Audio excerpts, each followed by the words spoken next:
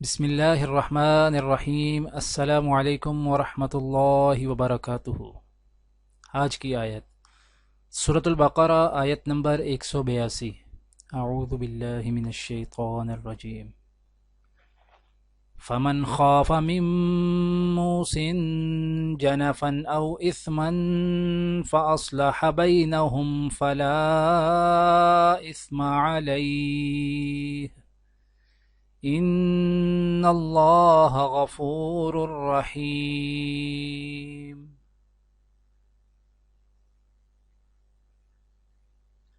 ہاں، اگر کسی شخص کو یہ اندیشہ ہو کہ کوئی وصیت کرنے والا بے جا طرفداری یا گناہ کا ارتکاب کر رہا ہے اور وہ متعلقہ آدمیوں کے درمیان صلح کرا دے تو اس پر کوئی گناہ نہیں، بے شک اللہ تعالی بہت بخشنے والا بڑا مہربان ہے۔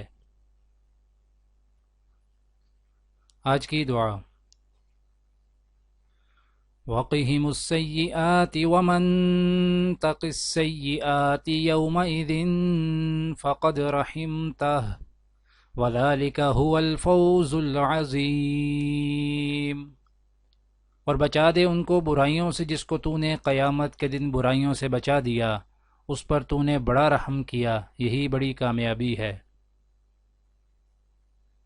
آج کی حدیث: زینب بنت ابی سلمہ سے روایت ہے کہ ابو سفیان رضی اللہ تعالیٰ عنہ کی وفات کی خبر جب شام سے آئی تو ام حبیبہ رضی اللہ تعالیٰ عنہ، ابو سفیان رضی اللہ تعالیٰ عنہ کی صاحبزادی اور ام المؤمنین، نے تیسرے دن صفرا خوشبو منگوا کر اپنے دونوں رخساروں اور بازوؤں پر ملا اور فرمایا کہ اگر میں نے نبی کریم صلی اللہ علیہ وآلہ وسلم سے یہ نہ سنا ہوتا کہ کوئی بھی عورت جو اللہ اور آخرت کے دن پر ایمان رکھتی ہو، اس کے لیے جائز نہیں ہے کہ وہ شوہر کے سوا کسی کا سوگ 3 دن سے زیادہ منائے اور شوہر کا سوگ 4 مہینے 10 دن کرے، تو مجھے اس وقت اس خوشبو کے استعمال کی ضرورت نہیں تھی۔